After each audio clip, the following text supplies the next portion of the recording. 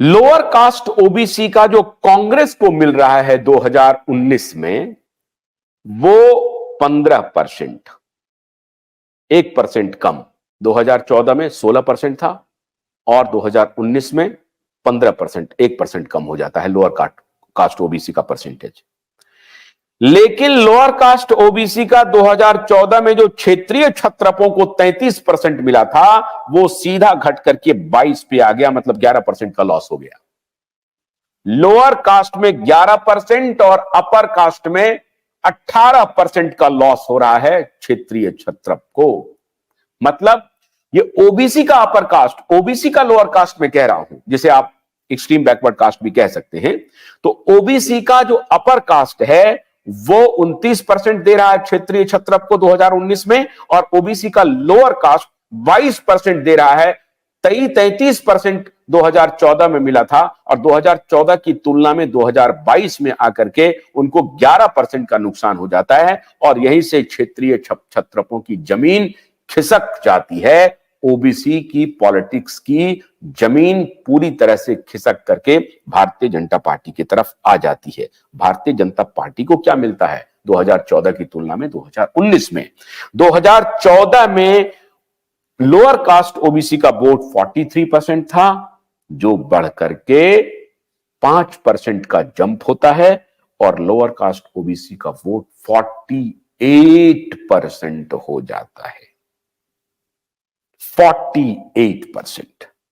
मतलब ओबीसी न तो कांग्रेस के साथ न ही क्षेत्रीय क्षत्रपों के साथ। 2024 का मुकाबला है। अब नरेंद्र मोदी ओबीसी के सर्वमान्य नेता हो चुके हैं पूरे देश में। आप कितना भी कहते रहें, 2014 में ही आपकी जमीन खिसकनी शुरू हो गई थी 2009 के मुकाबले, और 2019 में आपकी जमीन पूरी तरह खिसक गई। अब आप उस जमीन को जो वापस पाने की कोई भी जो कोशिश कर रहे हैं, लगता नहीं है, क्योंकि भारतीय जनता पार्टी 9, 14, 19 अपवर्ड है, लूज नहीं कर रही है। और कोई ऐसा कारण भी नहीं है कि भारतीय जनता पार्टी इस वर्ग में अपने को लूज कर दी। क्यों कारण नहीं है?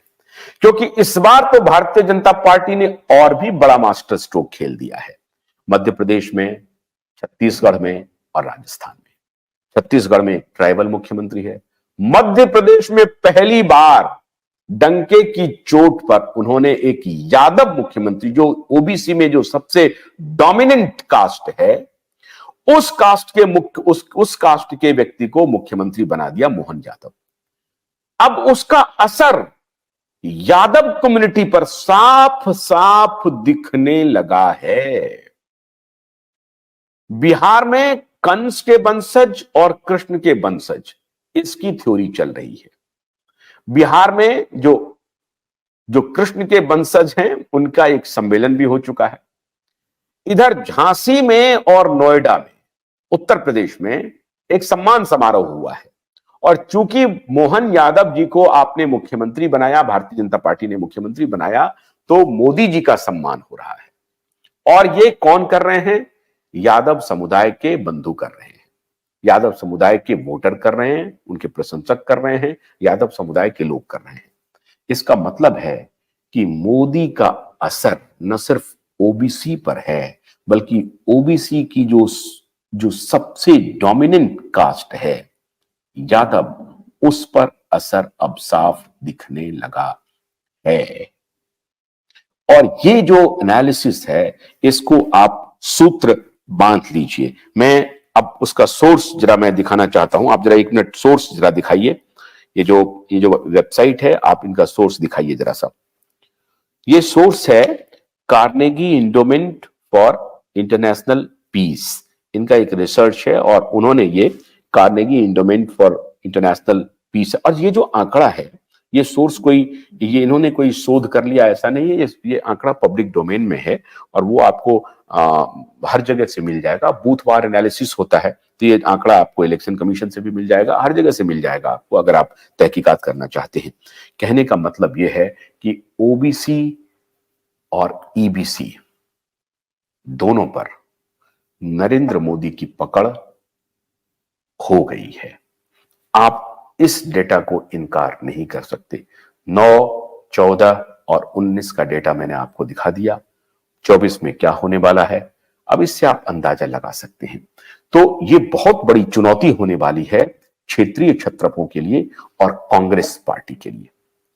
कांग्रेस पार्टी पर मैं अभी और एक एनालिसिस करने वाला हूं, जो भी थोड़ी देर में आप देखेंगे। बहुत बहुत शुक्रिया।